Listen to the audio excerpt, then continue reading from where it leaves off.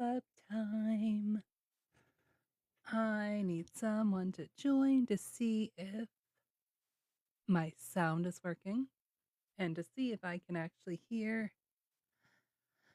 anyone that comes in, because that's going to be annoying if I can't hear. I need to move stuff around. Really don't need my passport here.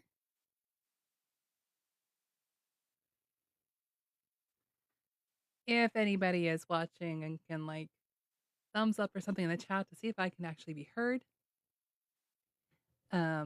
I need to know if I can be heard. Hi, Elena. I need to know if my mic is working because it kept telling me things weren't working. Okay, you're saying hi, but I don't know if that's just context clues. Yay. All right. I'm getting on my stuff. I have so many notes. I have so many notes. Okay. I want to see chat over here. This is annoying. I spent all this time figuring out how to do it on the PC, and it just wasn't doing it. All right, it says there's no live. I'm literally live. Why is it saying there isn't anything? Let's try that. Maybe later. Oh. Am I didn't know what to do here. Oh, I'm putting in the wrong. What's my username here? That's it. That's it. Yeah, no, I put in the wrong username. I thought maybe I needed a different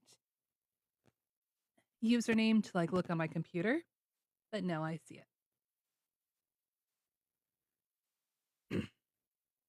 Okay, so let's see. I think I want the chat right here. There.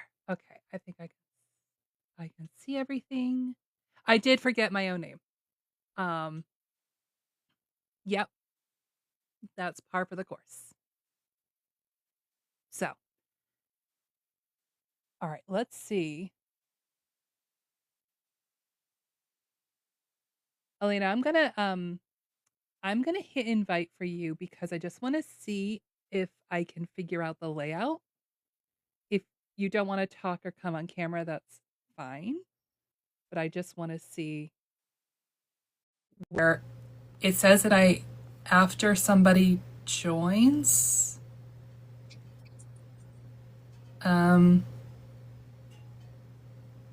Can I join?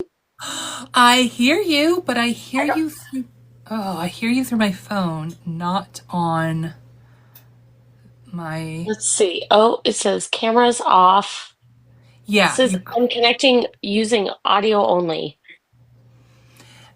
so if you click on yourself, you can turn on your Oh, camera, okay. Perfect. but there is a way. There's a How's way to that? make it so it's not just I'm like, I see you. Woo! Woohoo! Now, I want it to be side by side, I and don't know how to do that. I looked at oh my gosh, wait. I Hey. figured it out. Yay. Are you okay being here with me I'm right now? fine. I'm Awesome. good. Awesome. Since we have the same idea for this book club at the same time. So, I know. Weird. I still hear. As soon as somebody tagged me, I was like, oh gosh. I did not realize that was exactly what you were doing.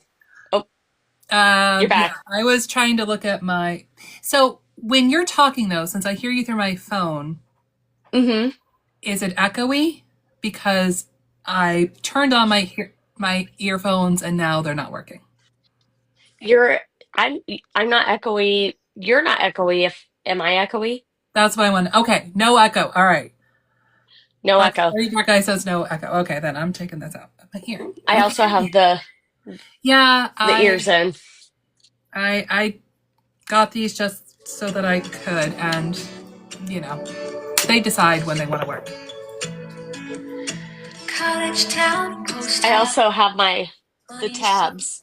Remembering they signed up to be. Why is my okay? All right, my Spotify. That was a beautiful music. It's beautiful. Yeah, I mean I really want to put it back on. I went to a concert on Friday night and the opener I am now utterly obsessed with. I've listened to one song by them like probably at least 50 times over this weekend. So Ooh, it was a good do time. tell, who were they? Their name is Spencer LaJoy.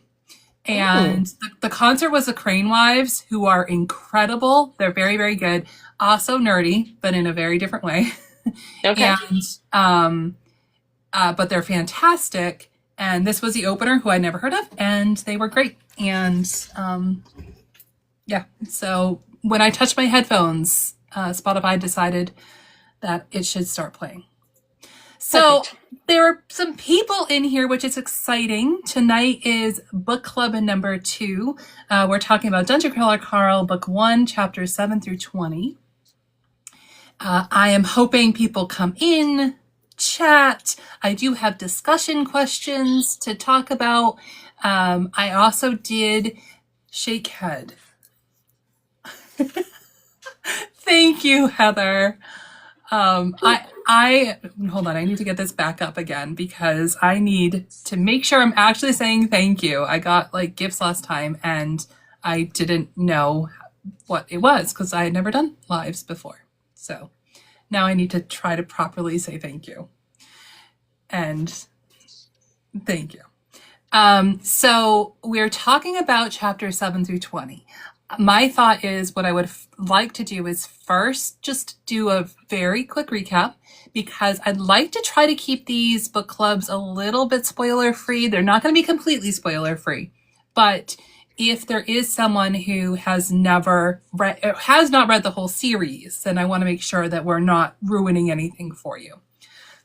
I think let's see. So in the chat, I see someone said that they just, Josh says I'm on book 4 now.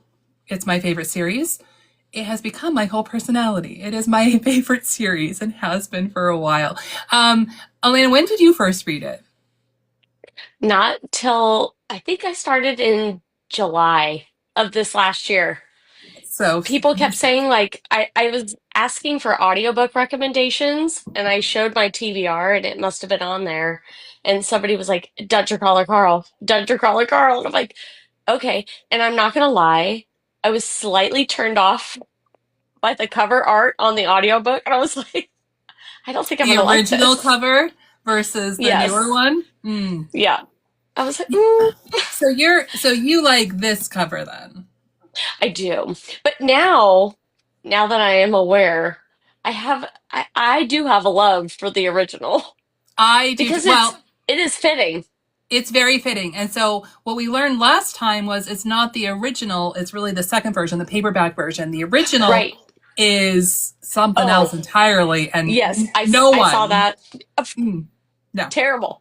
Yeah, I yeah. mean, not terrible. Not terrible. It is You what know, it is. just but not it doesn't make you really strive to read. Right. Like, I mean, this does have, like a little bit of an Yes. illustration.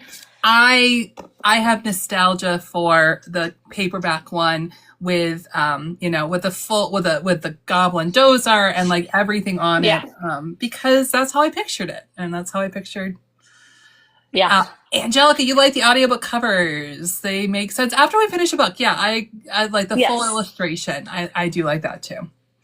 The story does live up to the original artwork. I think it surpasses it personally. That I think that the story is better than the original. Let's see. And somebody else, I just read this book for the first time. I am not a big reader, but it was a fun adventure. I have heard that so many times that people who aren't really readers, this book is getting them reading. And I love that. So we're talking today about book 1, chapters 7 through 20. And here's what happens in those chapters, just as a reminder, because I'm trying not to go too much forward. Chapter 7 is when Donut first starts talking. So she eats the pet biscuit at the very end of chapter 6, and chapter 7 she really has her says her first words at the very end of chapter 6, but chapter 7 is when she first starts talking. And some other things that happen within these chapters, they have their first boss battle with the Hoarder, which I want to talk about because that's a little controversial. We have then they have their second boss battle with the Goblin Chieftain, which is hilarious. They meet the other goblins. Donut names Lorelai and Rory, which comes into play. One of the things that happens in these chapters is Carl has his first dad flashback. And then chapter 20 ends with them meeting Frank and Maggie Mai in the safe room and getting attacked. And that doesn't work out so well for Frank and Maggie Mai. And that's where chapter 20 ends. Chapter 21 starts with them meeting Meadowlark and everybody in Meadowlark. So that's next week. This week is just those chapters. Specifically, so wait, you can pin a comment now. Tap a comment to pin it. Moderators can do this too. That would be awesome if I had moderators. The AI of TikTok likes to tell me things as I'm doing this, like I don't have enough to pay attention to anyway. So, all right. So I would like to start by talking about Donut. This is within these chapters, but a little bit more broad. Donut starts talking. In chapter 8, Carl says, you know what? There's a reason why cats don't talk. Y'all would have been extinct by now if cats all talked. This is annoying me so much. I think we should part ways. And then they don't. And they end up staying together. I literally, at least three times this week, and one of which was pretty severe, have seen people on TikTok or on Facebook on the Dungeon Crawler Carl fan groups on Facebook talk about how much they hate Donut, that they hate her. That I've seen people say that they DNF'd the series because they hate her so much. I had people in one of my TikToks say that they can't stand her. When I talked about fan fiction of this series, some of the fan fiction out there are just grisly ways in which Donut dies because they hate her so much. These are things that happen and are very real. I did try to get a sense. At first, I was giving benefit of the doubt, and I said, did you listen or did you read? I don't think that if you listened, you could hate Donut. I think Donut is a total gem. And that maybe in reading it, some of that, the naive, just the naivete, that she is naive, that she is a child, that maybe that doesn't come through when you're reading. Most people did say that they had read, not listened, but it wasn't exclusive. The next question I asked is gender. And overwhelmingly, the people who hate Donut are male. I can't help but think it is just misogyny. But this is the thing I want to talk about is how can anybody hate Donut? But they are, why? And why? So she's a baby. She's a baby. And she's a cat. She's a sweet little precious gem. And she's a cat. First of all, she's a cat. So we have to give her some grace there. Yeah. Which is one of the things that Matt Dinneman says too. Even at Lit RPG Con, somebody said something that was why is Donut so annoying or something like that. And he just looked at them and he was like, have you met a cat? Yeah. Ever? Because she's a cat. Yeah. So that's what I think. I think she's a cat. I never found her annoying ever. I thought she was hilarious. I thought she was great. No. I never once. So, obviously this is not that men don't like Donut at all. It's that most of the people who don't like Donut tend to be men. Probably Cocker Spaniels owners. I think that's probably the best. mm. Definitely Cocker Spaniel owners. Yeah. Society for the Eradication of Cocker Spaniels. Um, I love Donut. I think, let's see. All right. Somebody else says it is 100% misogyny.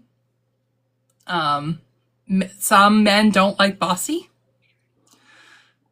I don't know. What have you ever run into that, Elena, about people not liking Donut? You know, okay, to be fair, I only have really connected with people on TikTok that have read this series. Mm-hmm. So the people I have connected with obviously love Donut. I have one friend who read it, and he had no negative comments about Donut. He just said, Elena, this is the nerdiest thing I've ever read, Yep. and I think it's too nerdy for me. I'm like, Fair. Totally fair. fair. Yes, Mm-hmm. 100%. It is very So nerdy. I just, I can't imagine not liking Donut. I can't She's either. She's just a precious gem. She is a cat. I mean, maybe it's because I had a very bitchy cat. I think I've had most people two. who've had cats have had a bitchy cat, right? Like, Yes. She is very on par for a cat. she's a cat. And so that's my other thought is like, there are people out there that just hate cats. Oh, I could and see, which I could see maybe not no, liking Donut if you, I feel like you're a pure dog person, not maybe a cat person. yes, Um, perhaps. Like maybe you've only had golden retrievers in your life or cocker spaniels. like, I mean, I see people like that's how my first foray into TikTok was finding cat videos because like, why not? And there are a lot of people out there that I have a cat on my Oh, head. you have a cat. I love it. You had a donut on your head. I loved it. Um, uh, there are people out there that like try to train their cats. Like, don't jump up on counters and like cats are Hmm. dude, we live in the cat's house. Like you don't have a cat. The cat allows you to live with it. Like Correct. and that's and if you have cats, you just know it. And Matt Dinneman spent a lot of time around cats. He went to pet shows all over the country, like as a job. So he spent a lot of time not just with cats but cat owners. So I think Donut And everything about Donut is honestly, perfect. I, I think it kind of circles back to cat owners, especially cat show owners. That's a Yes. different breed all in itself. I think absolutely. And I could see some disdain for them. I could Hmm. understand that one. But the cats Yeah. themselves, the cats are just like No. I love cat shows, like cat shows versus dog shows. Like like the dogs are like, I'm gonna be perfect and they trained and trained, and cats are like, I am gonna lick my ass right now, and there's nothing you can do about it. Like, they don't 100%. care. They don't care at all that they're supposed to be performing. They're like, no, I'm doing what I wanna do. And I love Yeah. that. Yeah, Matt made all the cat postcards, pictures sold in IKEA. Also, like he said that a lot of times if there's a greeting card with a cat on it, a lot of times Matt Dinneman's the one that drew the cat. I had Like no idea. that's what he did. And then the pandemic shut down cat shows, and he needed something to do, and so he wrote Dungeon Crawler Carl. Thank God. I know. I know. Thank you, pandemic. That was great. Um, If one good thing came out of it, Something else that let's see, somebody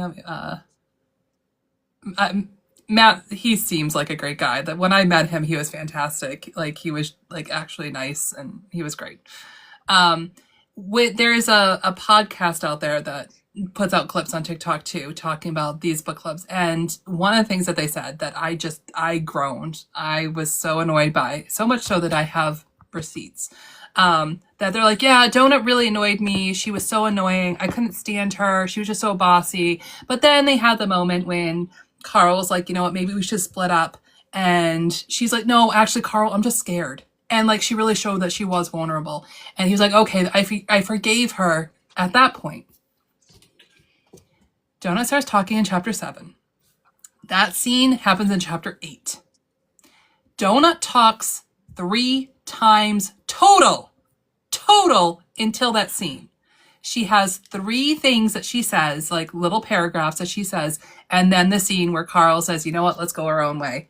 3 times, and that's it. So like thinking that there's just a lot of time when like Carl was annoyed by her, he wasn't. He compliments her so much. He wanted to keep her. He like even when she was annoying as a cat before she ate the pet biscuit, he was like, "No, actually I give her a lot of credit. She's actually really cool."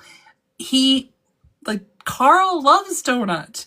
And, they had a little bit of a tiff. Donut said, "This is all bravado. I'm brand new with this whole like being alive Mm-hmm. thing." And, they're inseparable since. One of the questions in general I have for both you, Elena, and anybody in the chat that we can try to read too is obviously we think them staying together was the right thing. Why do you think, like, beyond what they just say, like, Mordecai telling Carl that, hey, she's actually pretty powerful, maybe you should keep her around? Why do you think they stayed together? I think Carl knew, but even before going into the dungeon, that Donut was his like animal. Obviously, he had plans to get an apartment that accepted cats. He knew that B was going to, well, I don't know. That's kind of like a spoiler, but we knew that he had plans to have Donut in the future on Mm-hmm. his own without B. Yes. So I think he knew going into this, like, that even though she was a pain in the ass, she was his Yeah. and he was hers. So it, sorry, my husband's yelling nerds in the background Yes. And while he plays Grand Theft Auto. So, okay, different nerds. you Yeah, know, exactly. whatever. It's all Different just nerds. nerds. Yeah. Um, so I just think that it was going to happen no matter what. There was no way he was going to abandon sweet little Donut, whether she's a pain or not. Like they were going to be together. They had to be. So why does and then Donut, needs him because she needs somebody to sort of act as the tank. She could, even in future books, like we know, she could have found somebody else. But Donut, 100%, like Carl is her person. But way Yes. before she says it, she eventually says that. But even here in book one, Carl's her person. Yeah. Carl's like her comfort blanket. Like she knows he's going to take care of her and she is also willing to take care of him. So I think it's just like the perfect connection. I love it. So, um, Toast Malone, that's a fantastic screen name, has Love a that. "You Will Not Break Me" tattoo. I love Oh, that.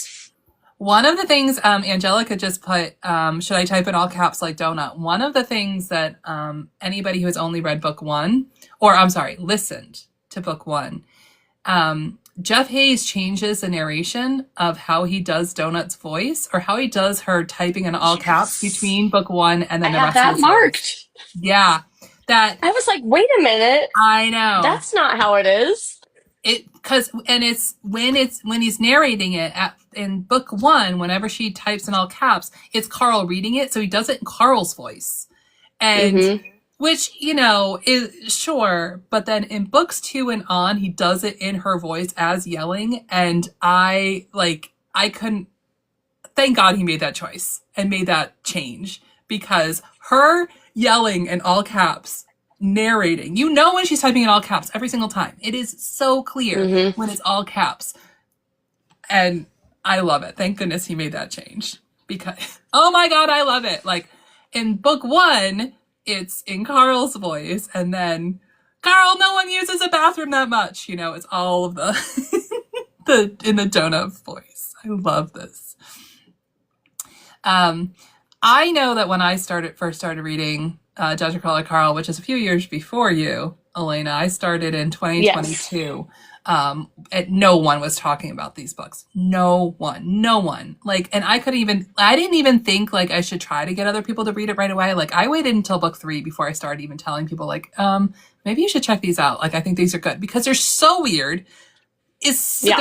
The premise is so dumb, but it's perfect. And so, um, yeah, I love that people are like, finding other people to talk about, even if it's just on TikTok, because this is worth talking about. Will Donut, I know, so this is a little bit of, Oh, and this isn't spoiler, but will Donut still be sentient and able to talk if they win? If they leave the dungeon and leave everything behind? Like when Carl goes to the convention, mm-hmm. the Crawler Con, um, he loses his strength. He loses his abilities. And like he goes in and he physically feels weaker. So if Donut went to those conventions, would she still be Donut? The Feel thing like that she I think has to is be. she has to be like she's changed. She has to be. Well, She's not a pet. She's not an animal. She's not a critter anymore. She's an animal, but she's not right. a critter. And with what we, without spoiling too much, with what we know in the future books, those changes that you make sometimes are permanent.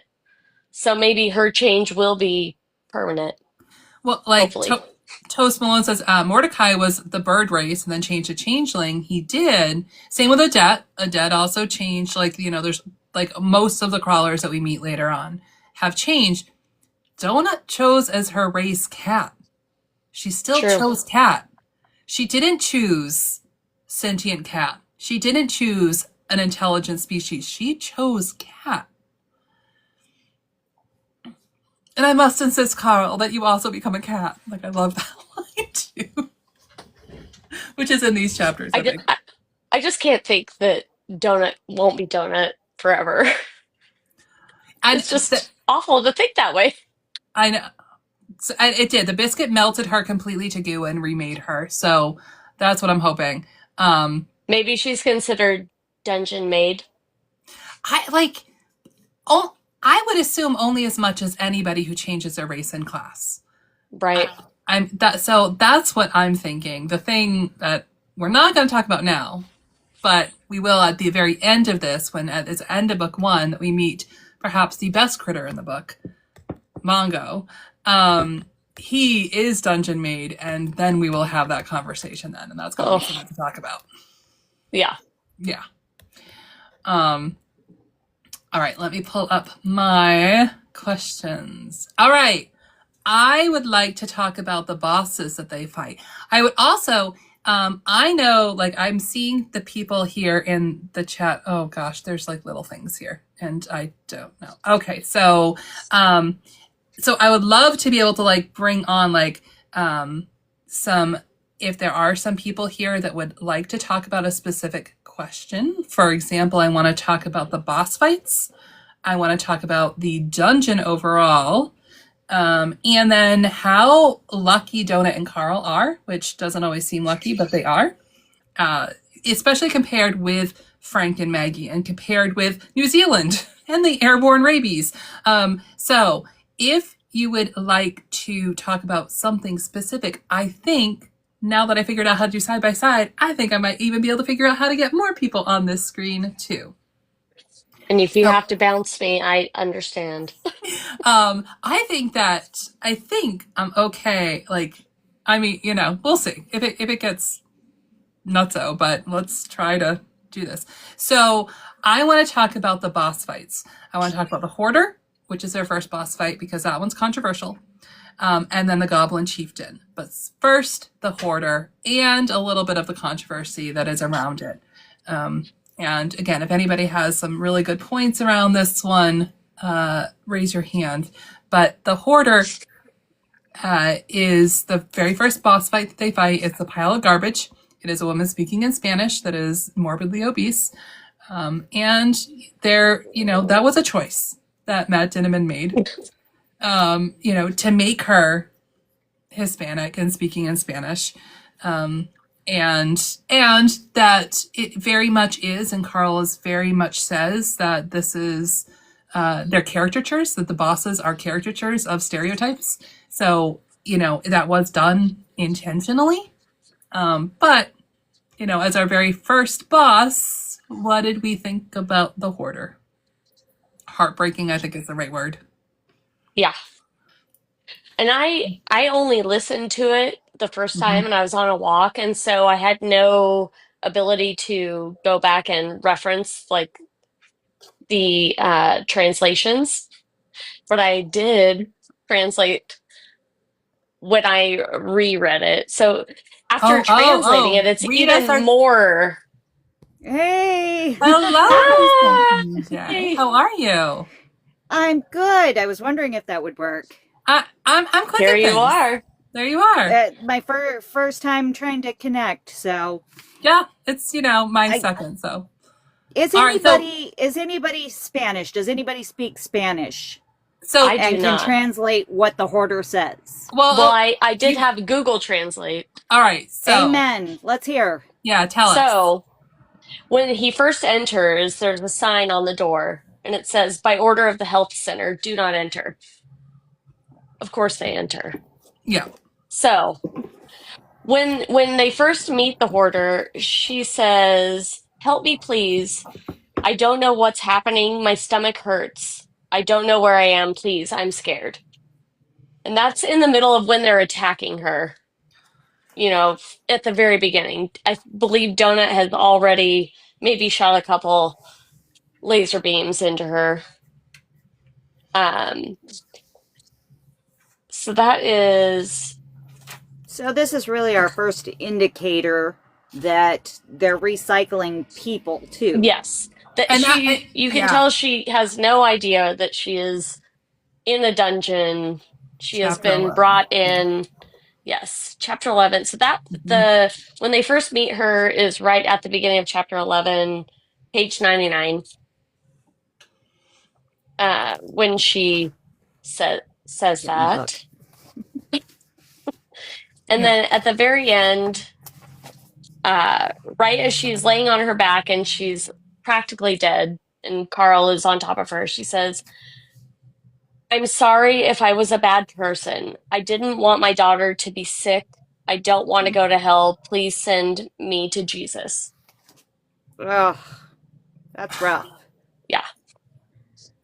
And so Maybe I'm con maybe I would have been happier not knowing exactly what she said. Yeah, no, and I'm I'd heard sorry. that before, and I like, Yeah. and being able to know like every third word, like that's my Spanish. Yeah. It's like being able to pick up That Right. every was like that second was or third. me. Like I knew that she was saying sorry. I knew that she was saying what's going on, where am I, all of that. But Yes. like, it is meant to be heartbreaking. It breaks Yeah. Carl a little bit, although he will not be broken, and it's meant to. It's meant to anger us. It's meant to piss us off. That like, why would Yeah. they do this? Like it's a whole system that doesn't care about anything other than the things that they want.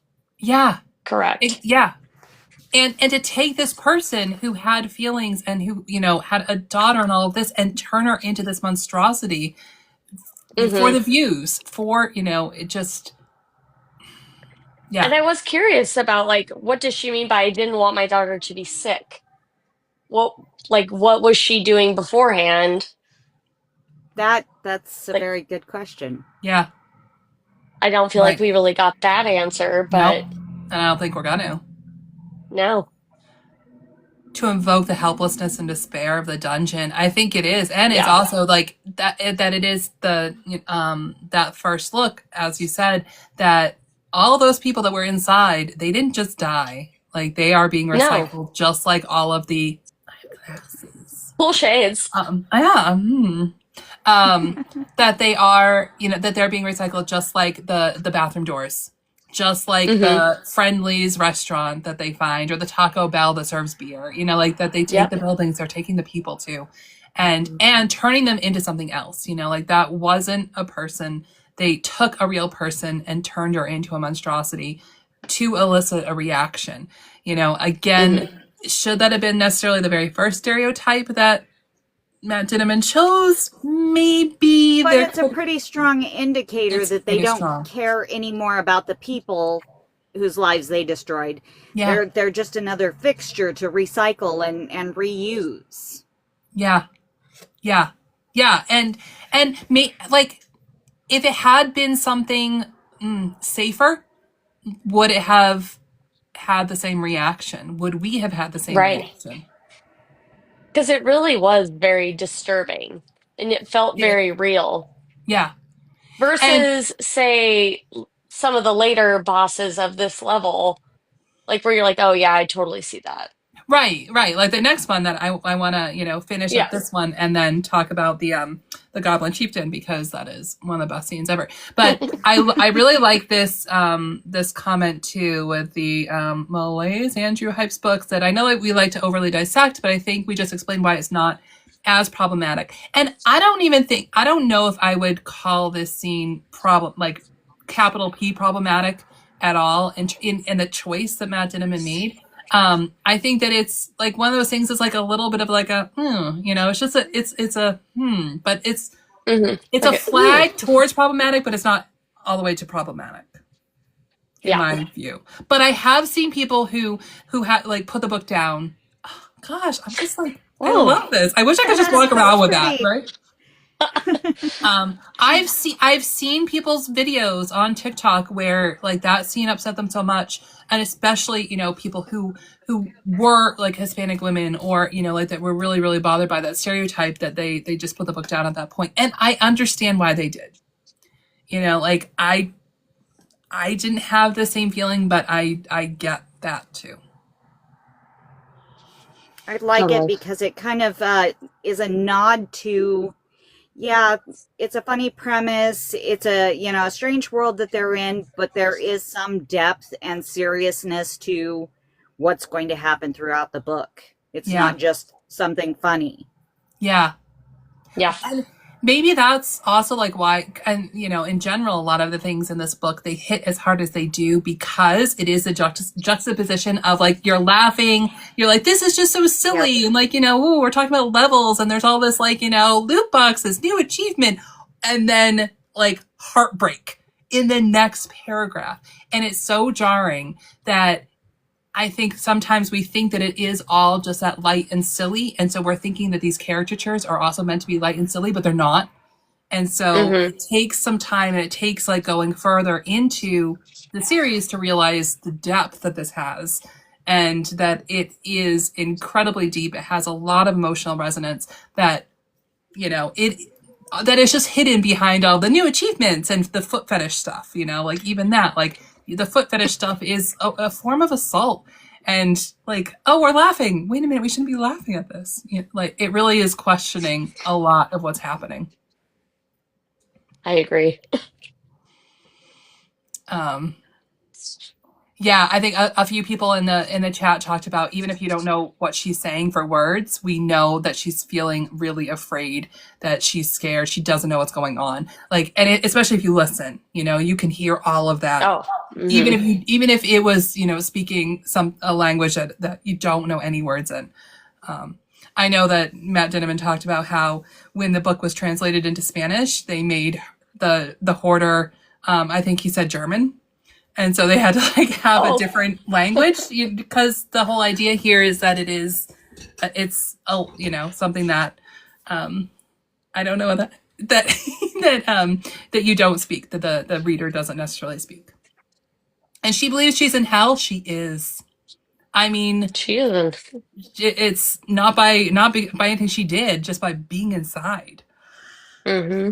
Um, yes, and that with the hoarder, the fact that they didn't remove her memories and she just woke up as that, like, yeah, yeah, it's heartbreaking. Versus our next boss fight is the Goblin Chieftain, and this one does have some uh, some problematic things, but game wise problematic, not story wise. And I love it so much. I love this scene so much. For me, I have a phrase that I use where I consider certain things in books or movies or TV crow moments, and I call them crow moments because it's from the show Firefly, and so which was my favorite show back in the time. Again, talking about problematic, but that the first episode, you're like, yeah, it's a fun sci-fi, whatever. Like it's fun, it's good, but it's not necessarily anything new.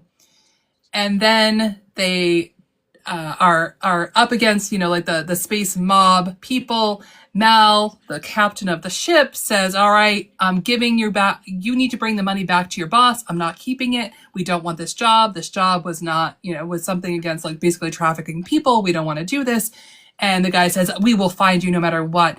The guy Crow, we're going to find you. You can never escape. I'll go back and I'll tell him where you are. And Mal just kicks him into the engine and kills him. Just murders him outright.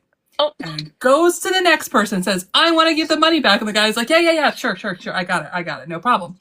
But that, in a TV show, in this like cute, fluffy sci-fi show, that there was just a straight up murder by the main character in episode 1 took me so aback that I love those moments in stories when you're like, oh yeah, this is fun. Whoa, there were babies in that room. There were how many babies in that room? That took me aback and really elevated this whole series to be something that now we know what it is. But at the time, only 17 chapters into book 1, still thinking, this is just fun. Oh, he murdered a room full of babies. Also, elders and pregnant women. Yep, and all the pregnant women. Yeah, all the pregnant goblins. Yeah. So Lorelai, right before they do that, Donut names Lorelai and Rory, 2 of the goblin, shamans? I think that's what they are. I think, right? Yeah, I think so. And they are then the focus of the Pineapple Cabaret chapter in the hardcover version, which, as somebody who only listens, had never read them. I still have only read this books because I literally just got book 2 sent to me by someone this week. So I finally have book 2. I didn't even have book 2. And so now I can actually read the Pineapple Cabaret for some of the books. I don't have all the books yet, but I have 1 through 5, so I can start reading them. But Rory and Lorelai are the... it's all about them in the Pineapple Cabaret there, and them unlocking themselves. And part of that is because they got names. So I want to talk about that too, but first let's talk about the Goblin Chieftain. And that room, what did everybody think of that? And, surprising thoughts. Was it as shocking as it was to me? And yeah, with, all right, Donut, was the chieftain in there? Oh yeah, he was big and ugly. Yes. Great. Hit go, hit explode. Okay, and he hits explode. There sure were a lot of babies in there. Yes. Like, of course, Donut would hold off till the last minute to explain, oh, and there were children in there. Oh yeah. And Oh, she tells okay, him. thank you. And like she doesn't even think it's a big deal because he said, what? There were babies? And she's like, yeah, some of them are cute. They look like Baby Yoda. Anyway, we need to go and do this. Like, yes. Didn't phase her at all. But then in the same breath, she was so concerned about Rory and Lorelai being upset with her over the killing of the chieftain. Yeah. Like, oh, you don't want them to be mad, but you're okay with all of the babies being massacred. The Shamkas. Okay, hold on. I'm gonna see. All right, hold on. I'm Nerdy Buckeye. I'm hitting go on you to help talk about the Goblin Chieftains. And killing. Oh, can you guys hear me? We can hear you. Mm-hmm. Cool. Give me a second. Let me get this working. Ginger and the Fox is here asking what Dungeon Crawler Carl is. Oh, let us explain it to you. We do have some echo, though. Give me a second. Let me see if it's on mine or not. If so, I'll switch my actual earpiece. Give me a second. Yeah.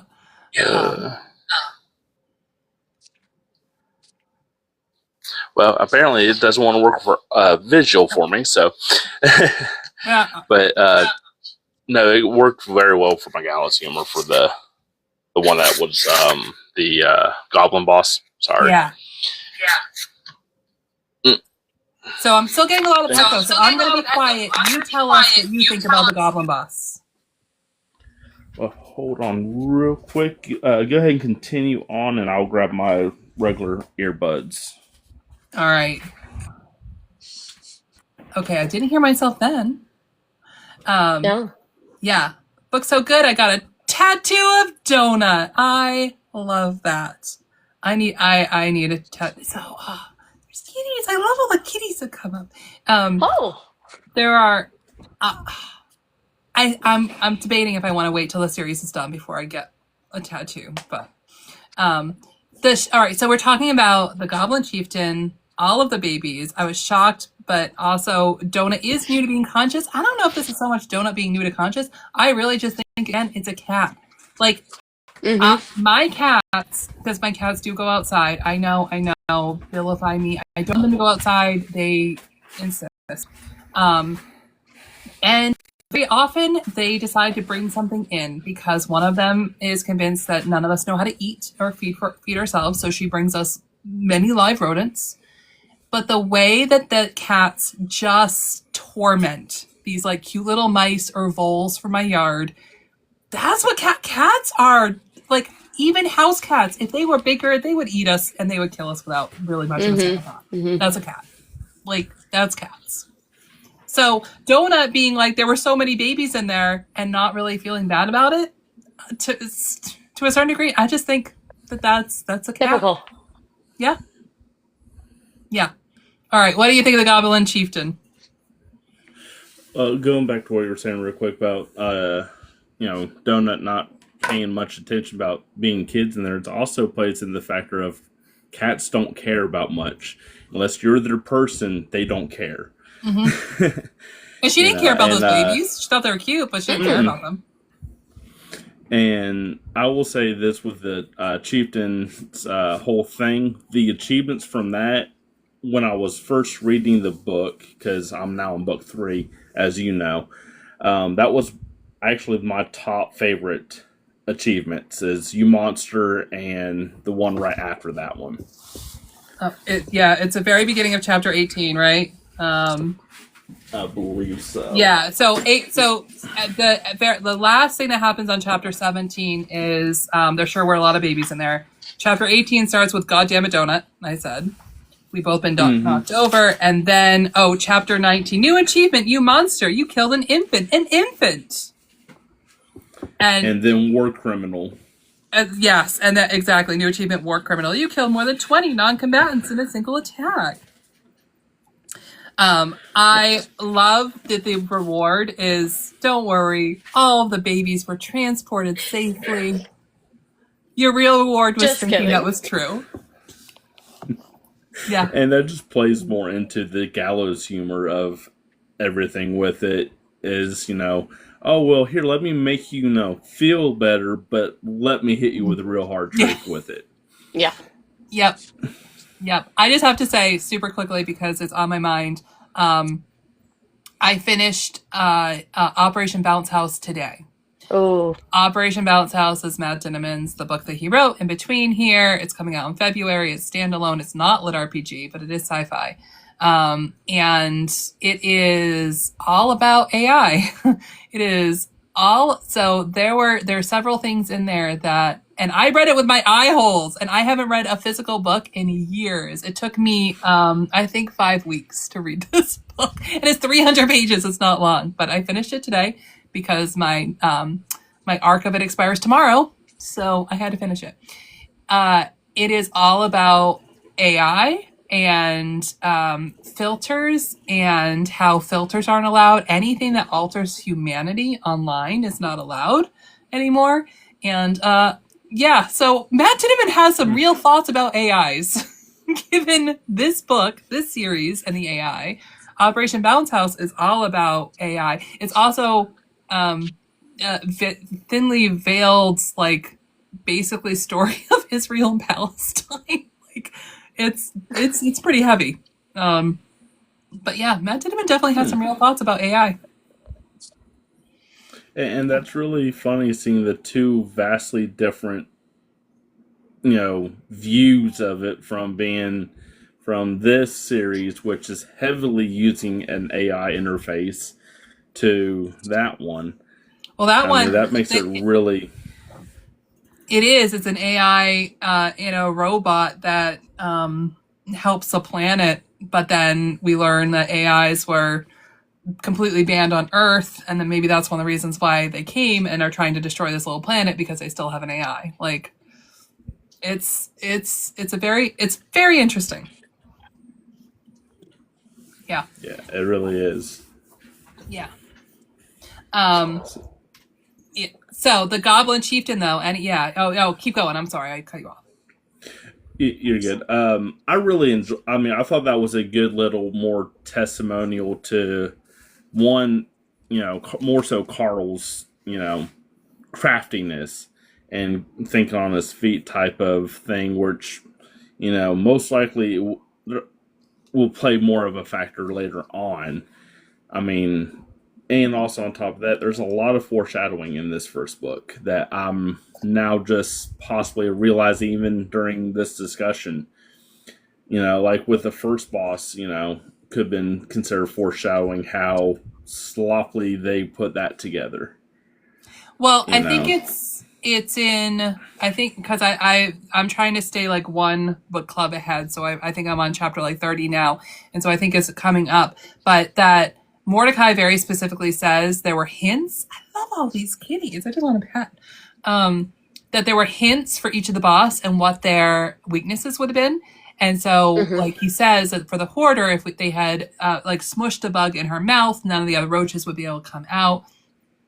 Because then the juicer, that's right, because on the third boss battle is the juicer.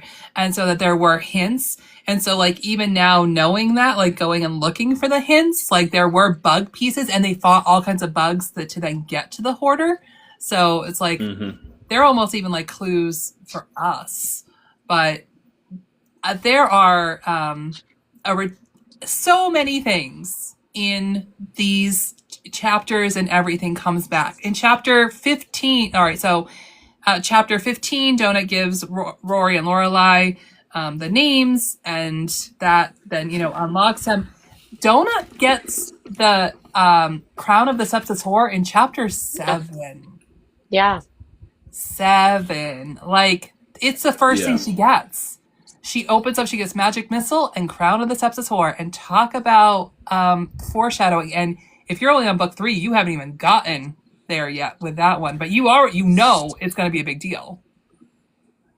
Oh yeah, I mean, well, it's actually already been playing a factor within, the story just in book 1 as well. But I'm not going to try to get into that much in case we have someone in here that hasn't actually read it and this is their first time reading, which will be hitting with us, either next week or the week after for the book club.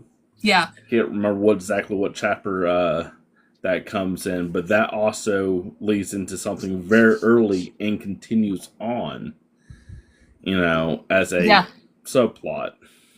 It does. And then and very specifically saying that it will, that only one person of this family, of this royalty, can leave floor 9. And he's writing book 8 right now, which is floor 10. So book 7 was floor 9. And it definitely came up big time. Mm-hmm. Yeah. I'm literally on, like, I think chapter 57. So we're kind of book 7? Right after all of yes. Yeah. Yeah. Of everything that goes on. I'm like, I'm in the thick of it right now. Yeah. Yeah, so Angelica, I talked to Angelica earlier this week too on book 6. And so and again, I don't want to say anything right now, but Angelica, we talked about how the epilogue of book 5 is very emotional and very much related to what we're talking about right now with the crown. I still say the epilogue of book 6 is by far the most emotional. Holy shit of all the epilogues. But, but I don't want to say anything about that right now. We'll get there. We'll get there. We'll get there. There are. I'm trying to like mark down things that I'm calling predictions. Oh gosh, which in my annotations, I have blue, things that are blue. I have as things that I know come back up later. Yep, Donut named the one with the facial piercings Rory, and the other one Lorelai, which is from Gilmore Girls, right? Right? Mm-hmm. Um, The mother-daughter. Yeah, I should watch Gilmore Girls at some point. It's not very good, right? Never seen it. Can't say. I haven't watched any of it in any time recently. When I did watch any of it, it was when it was being aired or, shooting reruns right when it's getting later in the series. So that's been over 20 years ago. Yeah, it was. I love when certain nerddoms like come together. So the other nerddom that I'm completely obsessed with is Minecraft YouTubers. But listen up, they're so good. They're so good. Hermitcraft and they're all like 30, so like it's not like they're kids. So it's Totally. one of my favorite YouTube creators on that was building this giant base on one of the SMPs they're on and said that he watched the entirety of Gilmore Girls as he was doing it. I'm like, my nerds are like coming together. Minecraft and Dungeon all Crawl.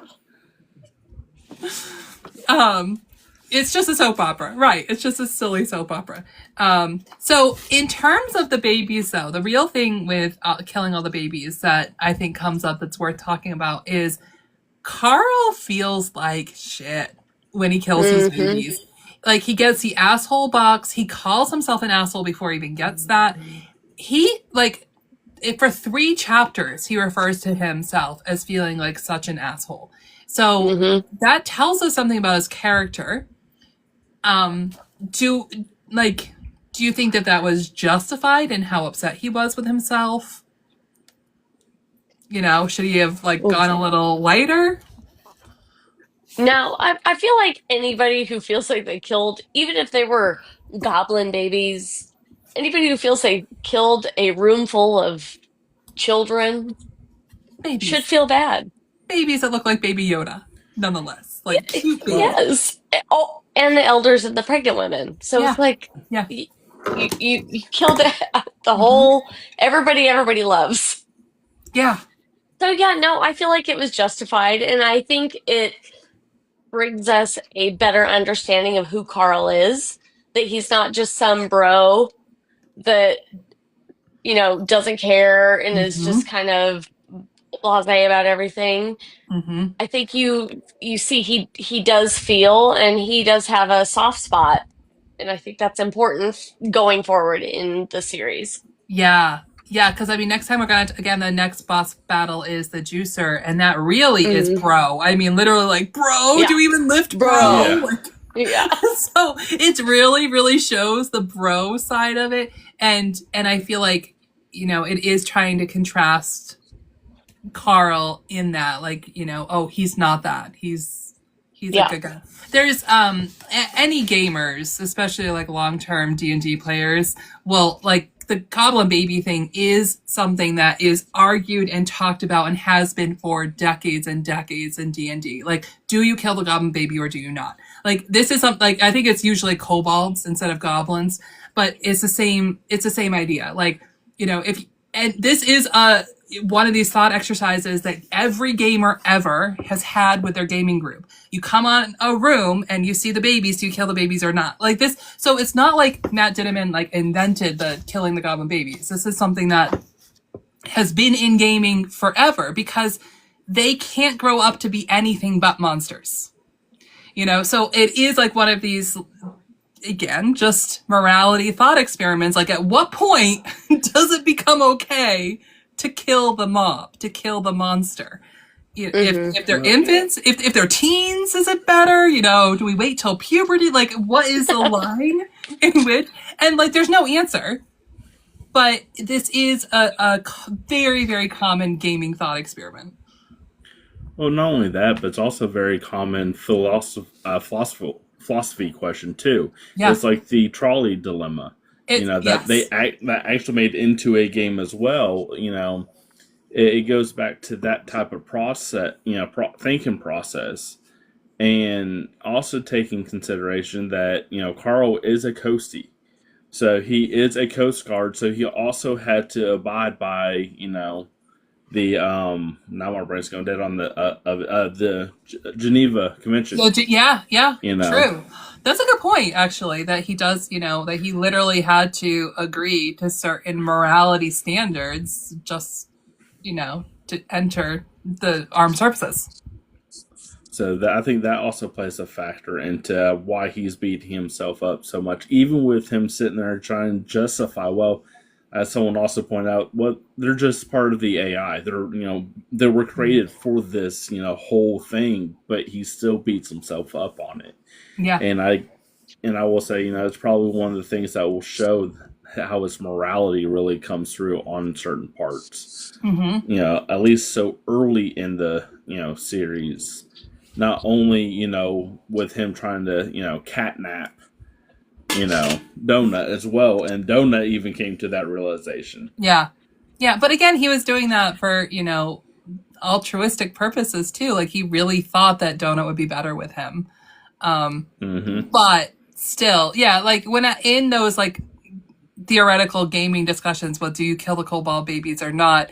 The people who are always just like, well, of course you do. Just murder them. Those are the ones you're like, do I want to keep playing games with you? Because, like, it's a catch-22. It's not necessarily the wrong answer, but to be that callous about it, that's the thing. To like, okay, maybe you do need to murder the monster, but to enjoy it, that's you what's also wrong. have to.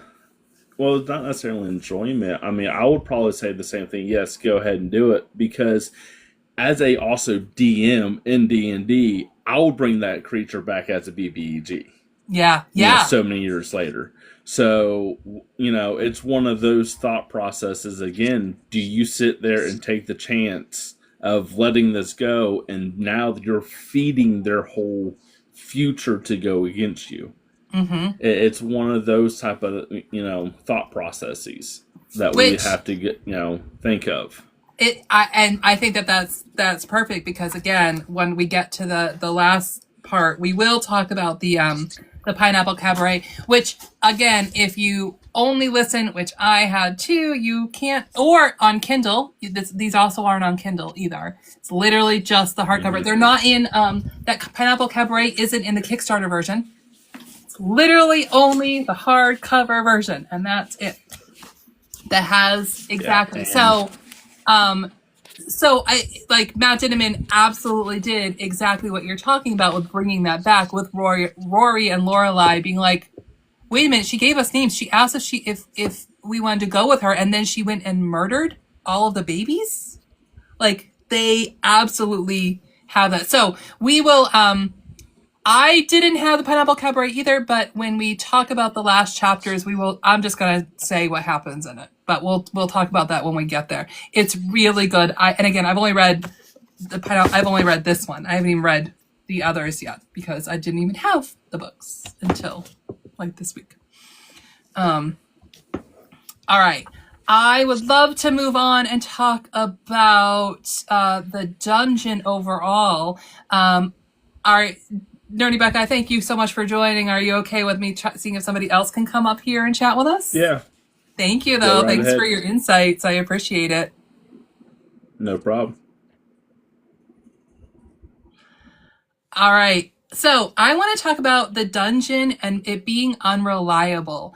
This can go in a little bit, too, with the idea that how lucky Carl and Donna are. So, man, Angelica, I wanted you to come up. But if you have to go, you have to go. We got to talk earlier this week. But if somebody else would like to come and talk about the dungeon, I'm going to tell you what we're going to talk about. And then, you raise your hand. But in chapter 14, Cascasdia talks about, and it happens several times, Cascasdia talks about how the game is being readjusted, how they're changing things, they're changing some rules of the dungeon. She talks about like, oh, sorry, New Zealand, for the airborne rabies. Like that they're readjusting some things like the exploding toilets. And so they're doing some things to keep the crawlers safer. But then they are also just like, yeah, you know what? The things that enter your inventory won't leave at the same velocity in which they enter the inventory. And so that was something that Cascadia, and I don't even think that she's named as Cascadia yet in these chapters, but that's her name. That she talks about, like, we like that, you're exploiting, but we're going to keep changing things and patching it so you can't exploit. So it was very clear that people were like having like missiles or something like directed at them, put it in their inventory, and then when they release it from their inventory, it was at the same velocity. So they were using their inventory as a weapon, which again, like, that's something that if Carl had figured out, he 100% would have done that. But this also means that the game and the dungeon is being readjusted and changed, and we see this throughout the series, that things just keep changing, which makes it very unreliable. There's books where we have an unreliable narrator. In this case, we have an unreliable setting, that we think that it's one thing, and then it's just going to keep changing, and it's going to change when they feel like it. Book 3 has the best change where suddenly you can't store liquid in your inventory anymore, and it explodes out. So what, it was this, when we're reading this, did this feel like, okay, this is just how the dungeon is? Did anybody felt cheated that it was changing? I did not feel cheated. I just felt like, oh, this is just how it's going. The AI kind of has control over this, and it's gonna just go where it wants to go. There we go. I'm inviting Dan to talk about this with us. Yeah, and so, like, and I think I felt the same way, that it was like, oh yeah, this really sucks for them. But I'm also like, I do think about it in like sort of D&D and like gaming, and like, I know that if I had a DM that was then like, oh yeah, by the way, we're just gonna keep changing, it would annoy the hell out of me. I would be so annoyed if. And maybe it's just because I've never played D&D other than like one time as a kid where I was like, oh, I love this, but it just never came to fruition for me. Mm-hmm. But I think just as somebody coming in more as just a gamer, you're like, oh, this is just, oh, okay, here we go. It's just changing. Get used to it. Yeah. Which I think maybe it's a narrative, and maybe because like we're away from it looking in, it was like, oh, this is how it is. But if you were in it, I would be like, I'm so like, again, it's the autism side of like the like, yes. This is how you said it was going to be. No, what do you mean? I am a rule follower, so if I was used to the rules, I'd be like, what the heck? Yes. I also thought it was hilarious. Somebody just said Cascadia is Lucille Bluth from Arrested Development. She so is. Like, what does a banana even cost? $10? Oh, God, 100%. It's perfect. Wait. Buster, how did you lose your hand? A Lucille. Yeah. They spent a whole season it's just so leading good. up to that joke, and it was perfection. Oh, Dan, I did try to hit invite. I mean, if you want to try to request it, then you can, but I did try to invite you.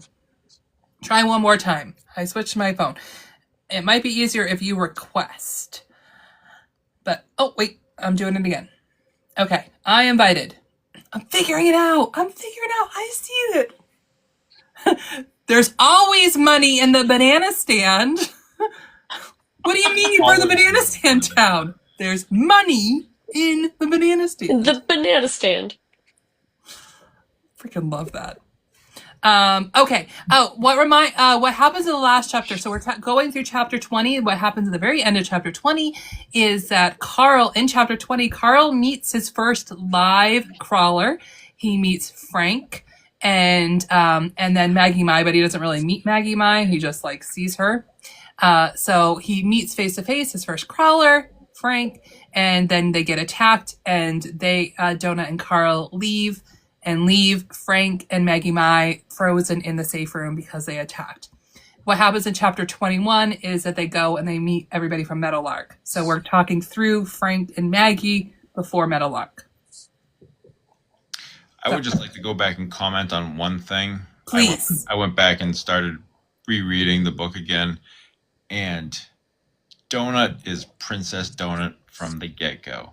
She is. like right out the bat, she's like, "You will refer to me as Your Highness or Princess," and just like that, just I've like you, Alina. I read this book in July, started the series in July, and went through all 7 books. So they all squished together. So like now I have to go back and piecemeal them together to try and remember exactly what they were. But which is one of the reasons why I'm doing this, because same thing. Like I'd be like, oh wait, what? Like I have never read it with this level of detail ever, and like again, Elena and I had the exact same thought of like, let's really try to do an in-depth look at this, to prep for the newest book. And I love that we thought about it literally 2 days apart from each I know. So everybody's like, Morgan just said this. I'm like, but she did. Because I usually listen. I usually listen at like 1.8. Yeah. Like I have never done anything like this, and it is. I am catching this is my 6th time reading this book. I'm catching things I never caught before. I'm waiting for the first college to offer a class in Dungeon Crawler Carl. Yeah. You're going to see it what? Someday. They have like classes. They have all this. Pretty soon there's going to be like a Dungeon Crawler Carl class. Professor Morgan will be there. I sure will. Hey, I was a professor, not of English. Hey. But yeah, for like 10 years, like I legit was like, but that's amazing. Yeah. So it like in sort of separate that this book does have so much in it, but one of the things it definitely does have, and this is a little bit off topic, but it's introduced so many people to what lit RPG is. This was my first lit RPG. I had never read. Same. I didn't even know what lit RPG was until I read it. Same. And I don't think, and I maintain that this is not a good first lit RPG. If you know what lit RPG is and you're like, I think I want to check out lit RPG, I do not recommend this being the first. But many of us heard that this book was good and we read it, and because of the book, discovered lit RPG. And yes, I know Matt Dinniman doesn't think it's a genre. It effectively is. It's the same thing as like, yes, technically a tomato is a fruit, but like we're treating it like lit RPG. We treat the tomato like a vegetable. Come on. Yes.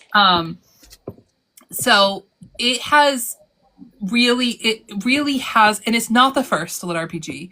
It's not even like, necessarily the most sold lit RPG, but it has introduced so many people to the genre, unlike anything else. And so like, even in that case, it could be, like almost a foundational thing, like Lord of the Rings introducing so many people to fantasy.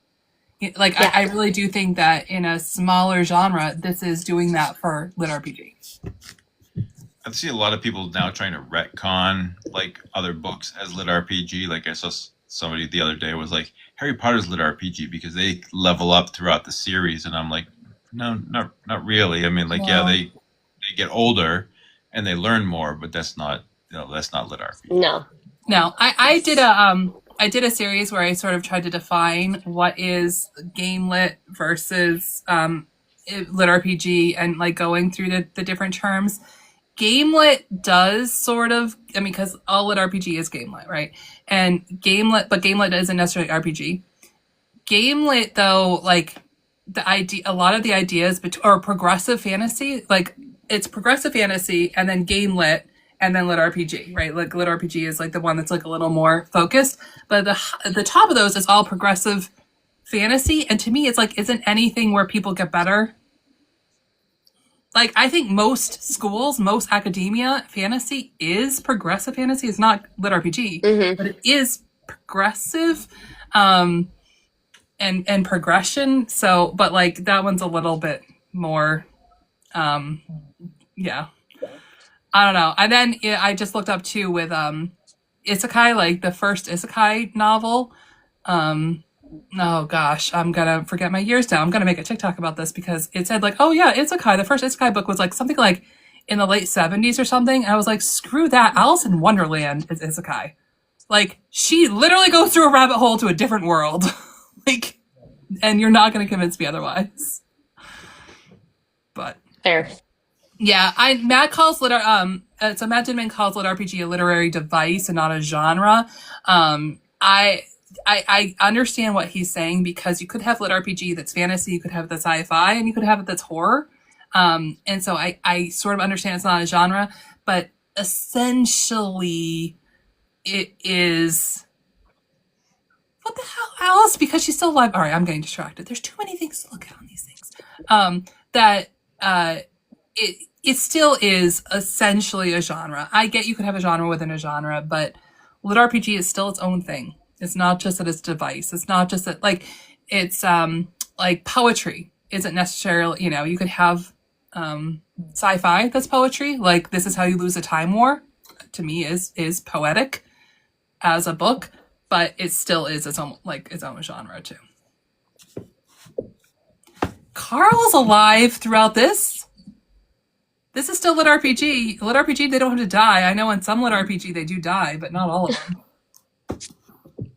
I look at lit RPG as there's levels, and they achieve levels, and they score, and the more they score, the stronger they get. Like, I just went through the author Steve Rowland. I just went through his Sentence to Troll, the first 3 books of. And of course, I discovered him because he's, our favorite. He's author Steve Rowland. That's not until book 6, though. Yeah. And so I started listening to him, and it's cozy fantasy, and it was really good. But it was just like, that's my second foray into the lit RPG. Although people say Ready Player One is kind of lit RPG, which I could kind of see that, but. It's game lit. We know Morgan, but it is game lit. I hate that book so much. Oh, God, that makes me so sad when I heard that. I really enjoyed it. So I don't know. I'm an young 80s child, so everything just hit for me. But so I also cannot. It's the same. I can't stand it in the same way I cannot stand The Big Bang Theory. That I don't. Okay. I don't feel like it's laughing. I don't think it's like, hey, let's celebrate geekdom. I feel like it's laughing at geeks. And Ooh, okay.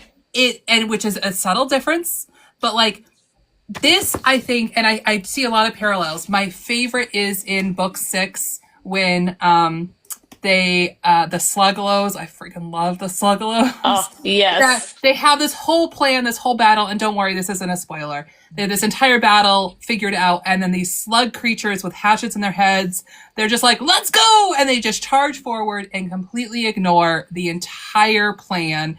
And somebody says, they just did a Leroy, and Carl's like, don't even say it. Leroy Jenkins. And that's it. And that's the entirety of the joke. Carl says, don't say it. And it stops there. It doesn't even say all of Leroy Jenkins. So it is a nod. It's an Easter egg that everybody who knows what Leroy Jenkins is laughed, thought it was hilarious, understood it entirely, and moved on. And if you didn't understand, oh well, you're going to get the next joke. That's okay. Yeah.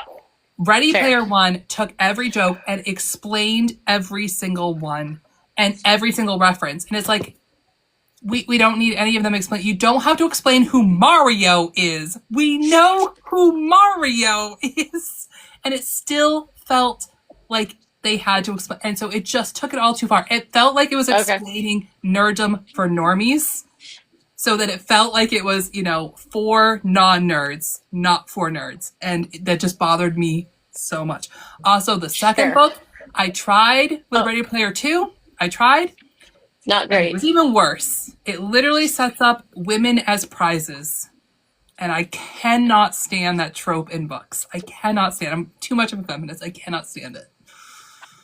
I'm a 70s baby, and I was a nerd before nerds were cool. So like, when I was a nerd in high school, I wore Star Trek t-shirts, and I got, made fun of a lot. Yep. And just watching all these shows where they make nerds cool. Like, I'm old school, and I was not treated like that. And that's the same thing. Like, I was in middle school loving Star Trek, and I got made fun of, and that pain lasts. It's like that bullying lasts. And so the same thing with Big Bang Theory is like putting laugh tracks behind it and doing the same thing where they're taking Star Trek and Captain Spock, he is a Vulcan and he does this. We know, like, So it's not for us. It was the same thing for Ready Player One. It bothered me. I made the mistake of wearing a Star Trek T-shirt to basic training, and yeah, the minute I got off the bus, it was like, "Oh, you were a space cadet," and I was in the Air Force, so now I could almost have been a space cadet nowadays with Space Force, but I was before my time. Yeah. That's funny. We see it should have at least been like Starfleet Academy or something, right? Like, I love this list. All right, so let's talk about. We just talked about that the game changes. I want to talk a little bit about how lucky Carl and Jonah are, and I wish I could remember. There is a TikToker who, honestly, this like sort of sparked for me that I watched their TikTok because they were talking about Frank, and that like what a bad like that Frank is an asshole. Like Frank and Maggie Mai are they're garbage. They're terrible. They were terrible before they went in the dungeon. They're freaking terrible now. They're terrible now. They're terrible. They'd be more terrible today. They're terrible. But that they also had they had bad luck. That their trainer told them flat out the only way to get ahead in the dungeon is to kill other crawlers. Didn't say maybe it's an option. Didn't say one of the things you could do. Said the only way to succeed in this dungeon is to kill other crawlers. So like that just goes to show like how unlucky they were that they were given that advice, but then also how lucky Carl and Jonah are that they have Mordecai. They have literally the best trainer that they could have in the entire dungeon. Like Meadowlark has a trainer who doesn't even want to be there, and she had to go in and do that opening with 40 people. That's a lot. They absolutely still had a choice. I totally agree. Frank and Maggie are garbage. They're terrible. They had a choice. They chose to kill the other crawlers. But also, they were given bad advice. And so that part was unlucky. So, but it is not so much that they were unlucky. It shows how lucky Carl and Jonah were. That they did not encounter exploding toilets. They did not encounter New Zealand's airborne rabies, which sounds terrifying. And they have Mordecai.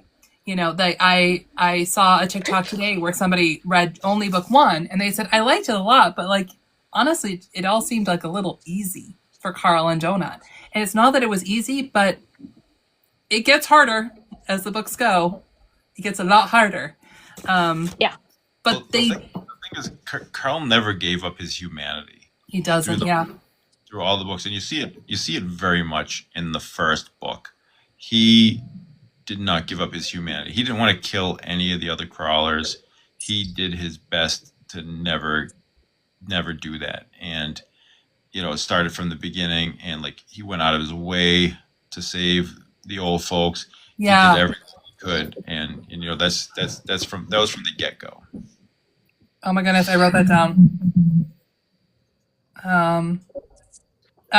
It's in the next section, where when he's talking about Meadowlark and all the old folks, and Donut specifically says, how do we not know that there's a group of really good people out there, a big group of good people? And Carl flat out says there isn't.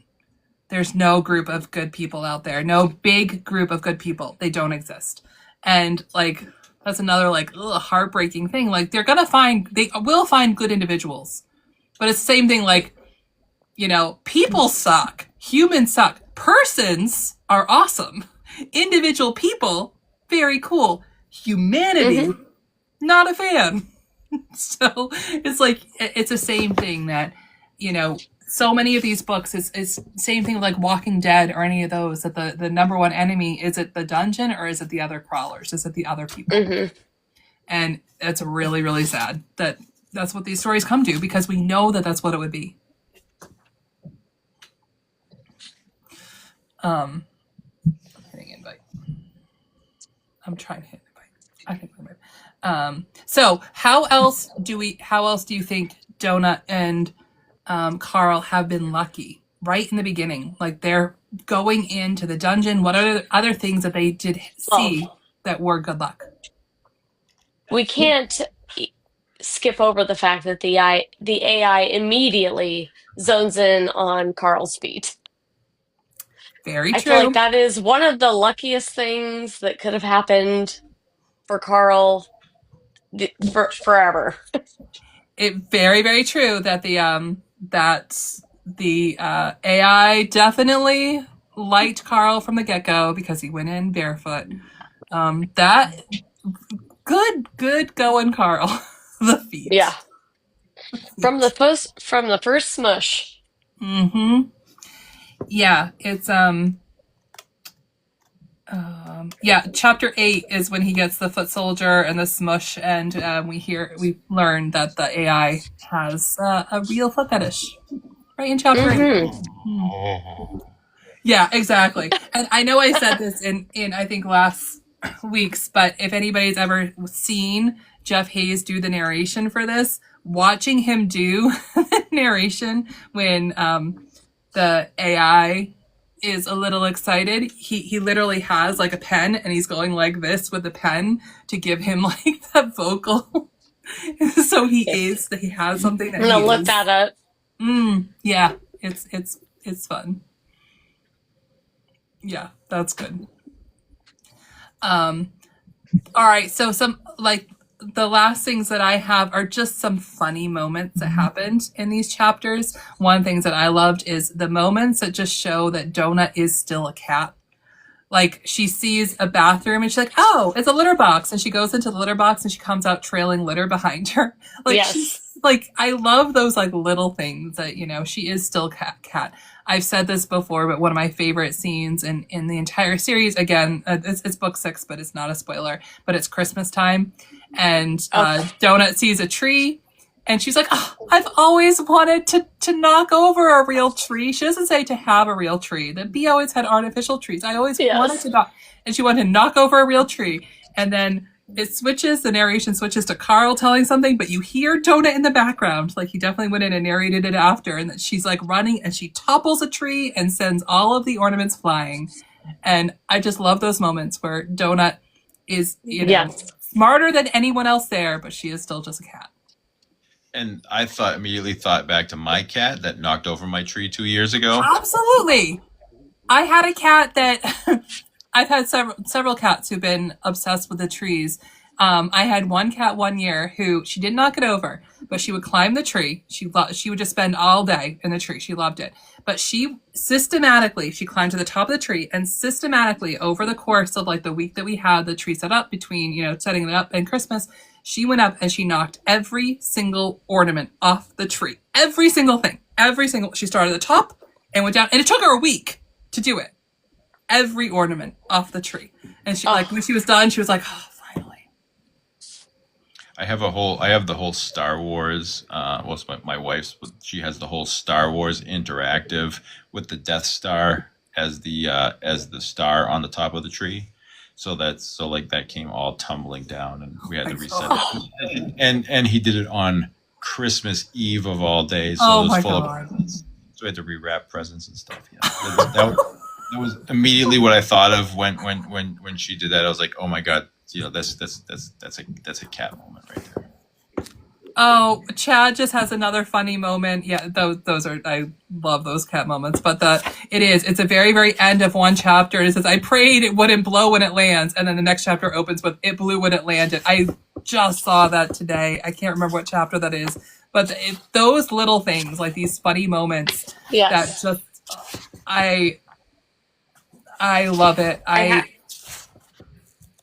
Go for it. I had it marked in my book when Donut got her first tattoo. Yes. And she says, "What gives them the right to defile me?" It's a disqualifying mark. It's a disqualifying mark. Carl. She's damaged. I'm damaged. I've grown up around dog shows and even rabbit shows, and I showed horses back in the day. So a lot of the stuff that she talks about, my mother breeds corgis, not cocker spaniels, but thank God. she did obedience and everything like that. So they have all these titles after their names, champion such and such, and with all these obedience and agility titles after their names, and it's just like that's exactly what the shows are like with these animals. They have their names and then all this stuff. So it's 100% on. Again, like Matt Tiedemann spent a lot of time in pet shows, and like I've just seen them on TV, but they seem really, really accurate. Oh, I've been to the if you ever watched dog shows, Westminster Kennel Yeah, Club. of course I have. Yeah. One of my mother's dogs came in best opposite sex there at the show, so we've been to that show, and just the amount of egos that go around it, and it's dogs. I mean, it's dogs. Yeah. The dogs are just having it. They're like, I just want to smell other dogs' butts. They're having a great time, but it's the dog people. Yeah. 100%. It's not about the dogs. I've seen the documentary Best in Show, so I know. It is the best. It is worse than that. It is worse than that. I can tell you. I have been around that my whole life. It is worse than that.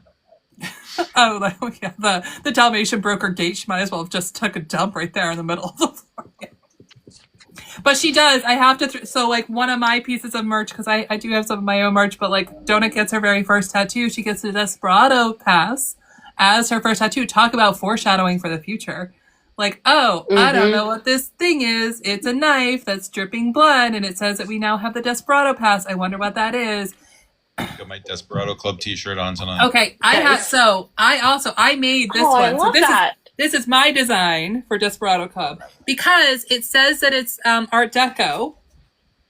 Yeah. So I went much more Art Deco.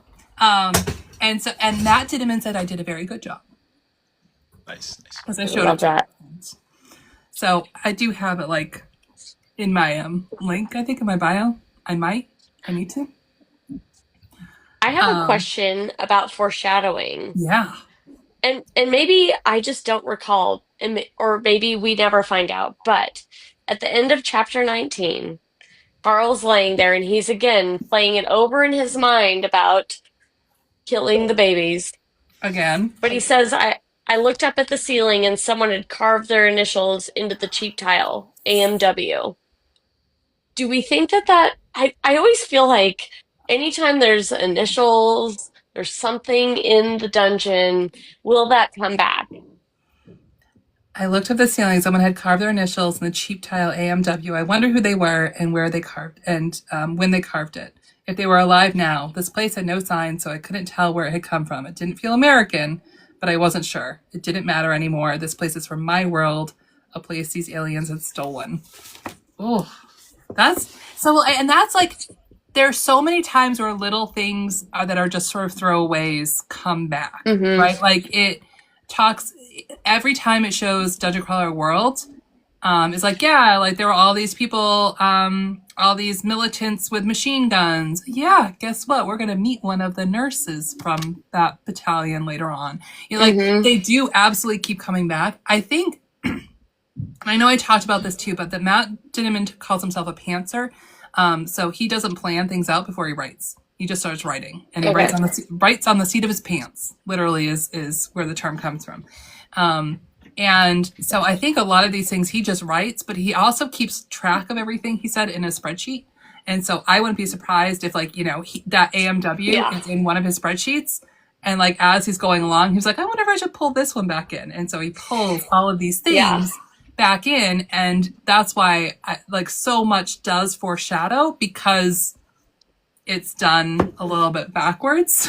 That it's done he writes it first. He writes that there are these militants with machine guns, and it's like, oh wait a minute, I wrote that. Maybe I should connect somebody, and does, and then later does. Agatha is like a great example. That there obviously he knew something was happening with Agatha as early as this book. Clearly, I doubt he really thought about how much was happening with Agatha. In what we see in book 6. I doubt that he thought of that in book 1. Yeah. He said that he knows how the entire series is going to end, but each book it's a mystery to him too. Yeah. How he says it. I bet he has more of a plan, but yeah. There's the mystery. Yeah. That's because I read these when nobody else was reading them, and I had to wait for both book 6, and I had to then wait for book 7, and so now I'm waiting for book 8. Each book I would do a full reread. I would think about all of these theories. I would go on Reddit which isn't always advisable, and come up with all of these thoughts like, oh my gosh, what if this and this and this, and connect, which I felt like was really similar to like when I was watching Game of Thrones, you know, like everybody on the water cooler and everything, like, oh gosh, like what if this happens and this happens? Oh no, did we lose Elena? That so like, you know, talking about, well, what about this and this with the Ice King, and we were all just disappointed by the ending.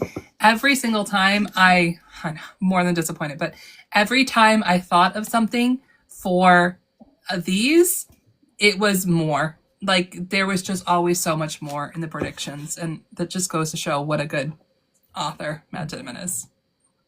Yeah, I don't care what kind of genre you put it in, lit RPG, whatever, sci-fi, whatever you want to put in. These are just great stories with great characters that you love. I just got done with the Fourth Wing, and a lot of people die in that series. I haven't read it, so yeah. There was like no emotion there for me. Like the people died, and I'm just like, oh, okay, you weren't invested in them, and you know, as you know, people die in this series, and I've been driving in my car, like, you know, trying not to be able to see on the road, you know, because I'm driving and reading about you know, a character dying, and Carl's reaction to it is just like, oh my god, like it is. And Nerdy Buckeye, I loved Fourth Wing. I really enjoyed the series, but I wasn't invested with the characters like I am with this series. There are some certain authors that just make you love characters no matter what, and Matt Ditman's one of them. And again, you just wouldn't think that it would be that in depth. Like I think like Frederick Bachman does is very similar. Like his characters, I love all of them immediately. Like it only takes a few paragraphs and automatically you feel empathy towards them. But Matt Ditman does it too, and that's impressive. Oh, he does. And I actually read the Pineapple Cabaret. I didn't read that until today, so I actually picked up the book today because I've done these on audio, and I actually picked up the Pineapple Cabaret today, and that actually really enlightened me. Because as the books go on, you know, because Carl really didn't know too much about the NPCs in the beginning, and as the stories go on, you learn more about them. Yep. And the Pineapple Cabaret really kind of gave you it was preview. Good. It was, yeah, and I definitely want to talk about it when we talk about the last. Oh my gosh, hold on. All right, let me effects. It's effects. I think it is. That's not it. Well, this works. Okay. I'll do that. Okay. So Captain Heather, I didn't know this. Captain Heather said MW is Aaron Michael Wells, a friend of Matt's from high school who died. Apparently he carved his initials everywhere. I had never heard that. I love that. I didn't know that. Man, we're all I actually Googled that on Reddit, and it's up on my thing. And I'm guessing that Matt went by a name called HEPA Yeah, Matt went by a name called HEPA, and he posted that on Reddit. And that's interesting. Interesting.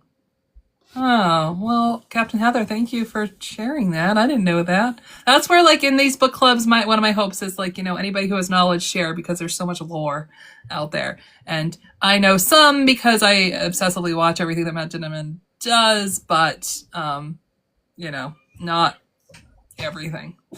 Changing the box. You have your tickets for Cambridge? I do. I'm going to Cambridge.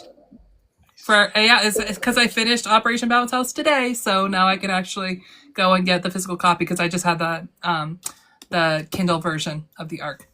So no, I can't wait to listen. I bought my tickets as soon as I saw it. I'm like, yep, me too. And I got my tickets for Lit RPG Con the day they came out too, because that was a good time. That's in Denver, but still, that was a great time. All right, so I want to start wrapping up because I think we're all turning into pumpkins about this early bedtime. And Ginger and the Foxes, yes, it is way past my bedtime. I am still up.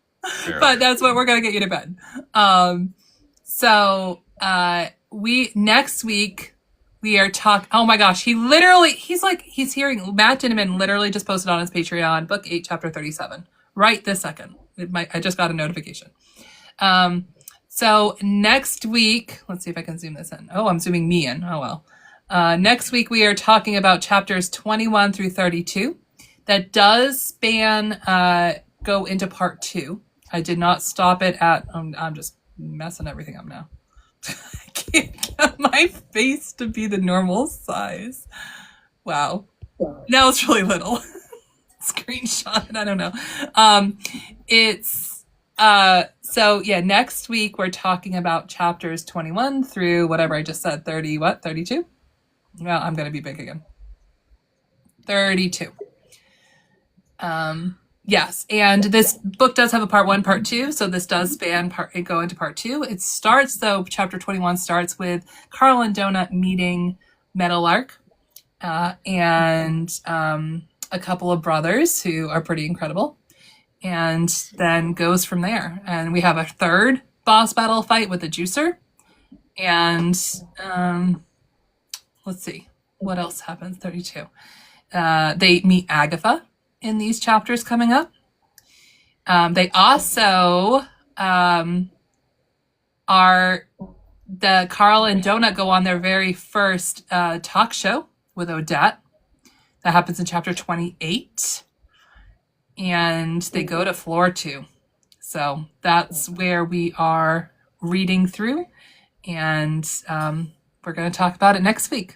So again, if anybody has ideas for discussion questions, for things, please send them to me, or come and talk about them yourself. I'm annotating as I can.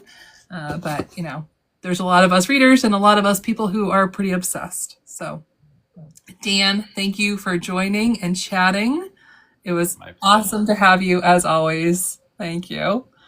And go to bed. I hear it's past your bedtime.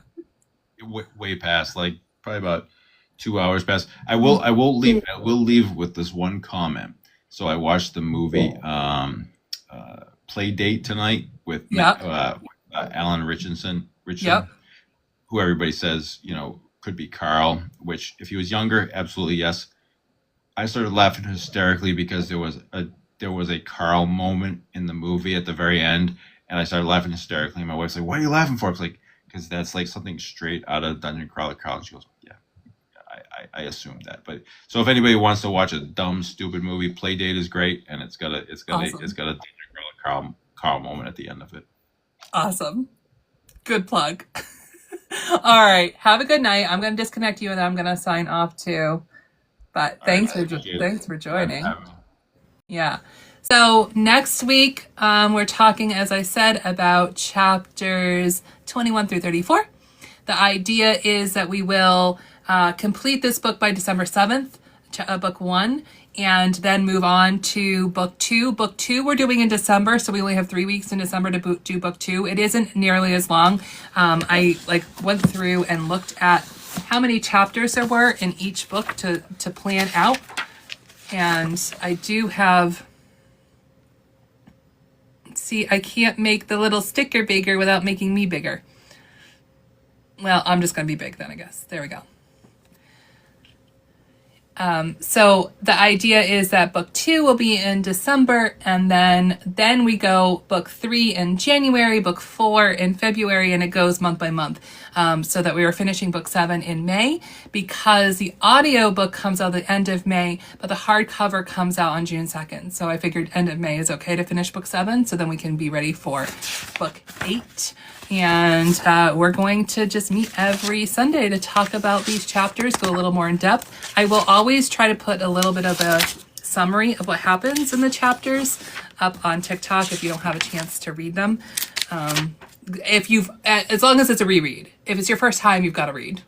If it's your first fight club, you've got to fight. But if it's a reread, then it's okay. But yeah, I literally went through and wrote out, so book 2 only has 25 chapters, so that's why it's only 3 weeks long. Book 3 and 4 both have 34 chapters, and then book 5 has 77 chapters, book 6 has 72 chapters, and book 7 has 87 chapters, for a total of 376 chapters, not including epilogues and Pineapple Cabaret. So that's a lot of chapters that we're going to get through. Thank you everybody for joining. I'm so glad people had fun and talked and everything like that. I'm very new at this live thing, and so thank you for gifts too. That's awesome. I'm broke, so that's awesome. And you know, buying coffees are fun. So everybody have a nice Thanksgiving if you celebrate, and if not, have a great week. And I will see you all next Sunday at 9 Eastern Standard Time to talk about the next chapters. Chad, I am so glad you were able to be here too. Shelby, thank you for joining. This was great. Thanks, everyone. Have a good night.